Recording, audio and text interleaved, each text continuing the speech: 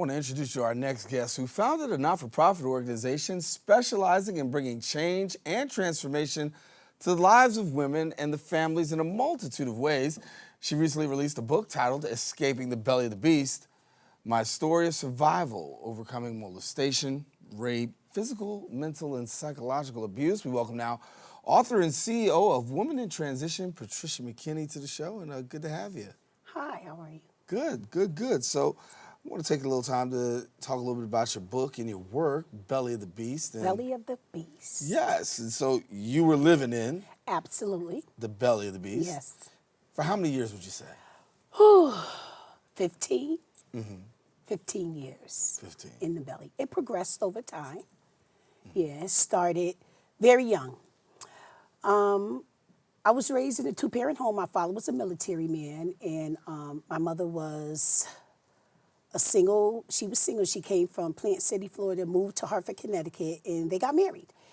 And by the age of 3 years old, my father passed away, and that just everything went to the left. My mother was devastated. She was 24 years old. My father was 38 when he passed away. So they were about 17 years apart, and she was devastated. She was left with two small children to raise. So instead of staying in Hartford, Connecticut, she decided to move to Norwalk, Connecticut, where my aunt and grandmother was at, and things just went to the left. When you say to the left?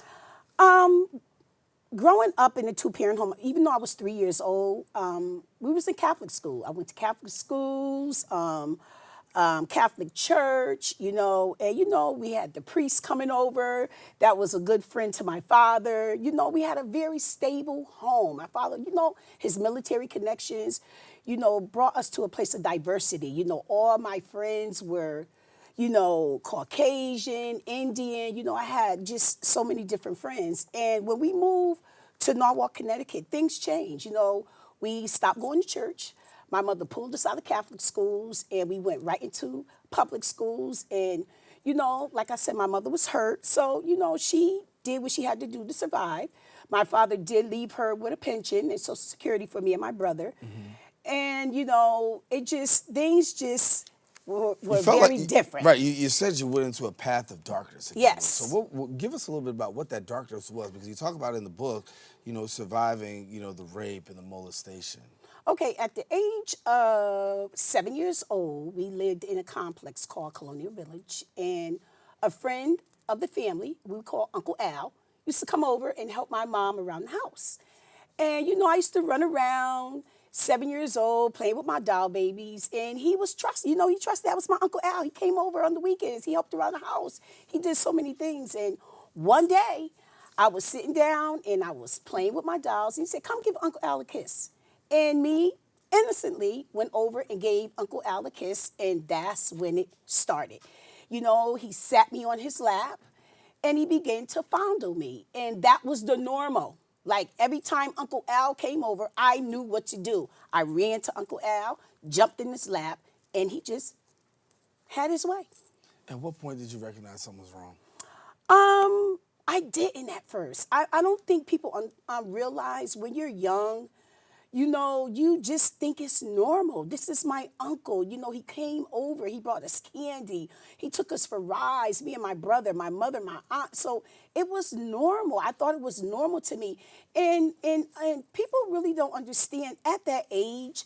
I don't think a lot of people understand that was something that it felt good.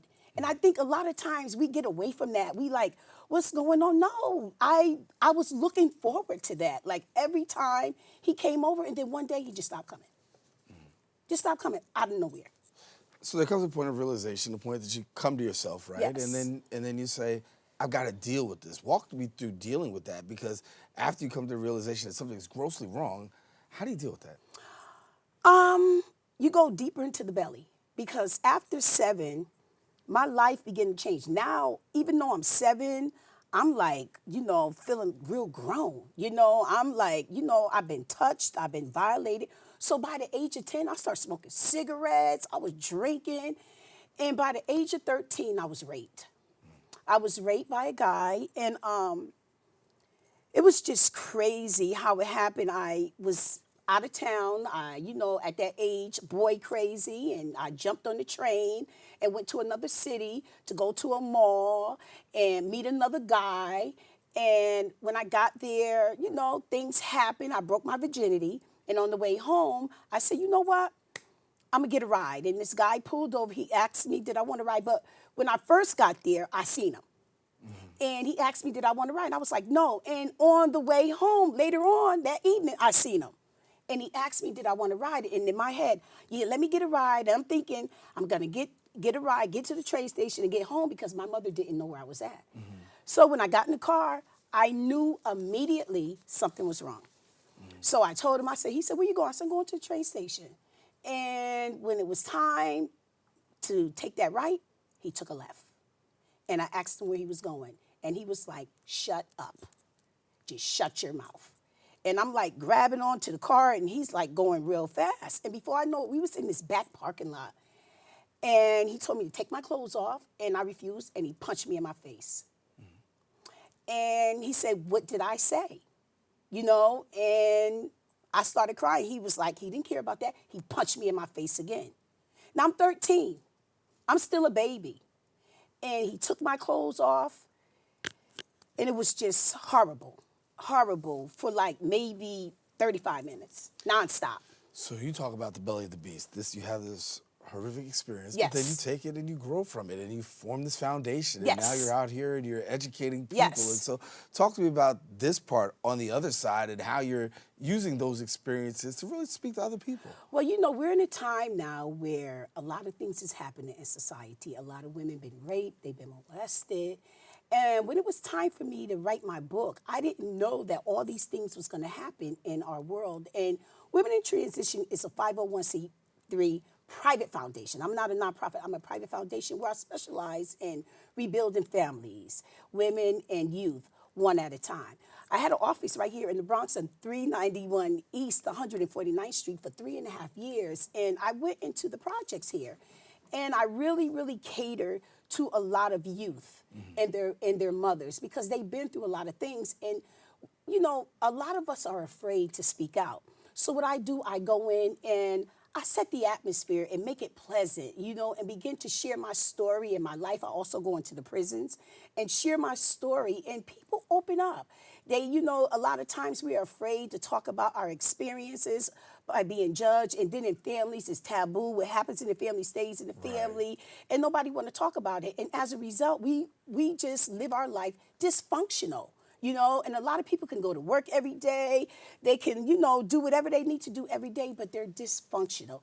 So that's what I do. And, it's been liberating. It's hard, very, very hard, because you're dealing with all types of entities, all types of spirits. And if you have, to me, if you haven't been through anything, I don't believe that you can help someone unless you experience it yourself. So before we go, please tell people how they can get the book and how they can get in touch with you. Well, they can go on Amazon.com. It's on Amazon. You can go to my website, www.womenintran.org, and you can purchase a book. Well, thank you so much for coming and sharing a little bit about life on the other side, escaping the belly of the beast. Thank you. Patricia McKinney, our guest in studio. And yes, we have come to the end of our show today. Definitely want to thank all of our guests for joining us. Most of all, you, the viewer, for tuning in. Now, if you missed any part of today's show, guess what? You can catch the recablecast at 5 and 10 p.m. on Optimum's Channel 67, Verizon Files, that would be 33, or watch us anytime on the web at bronxnet.org. That wraps up for this edition of Open. I want to tell you, I'm Daren Jaime. Make sure to keep this channel wide open. Take care. God bless. And a special shout out to all those watching on MNN as well, including my sister Ann. Take care.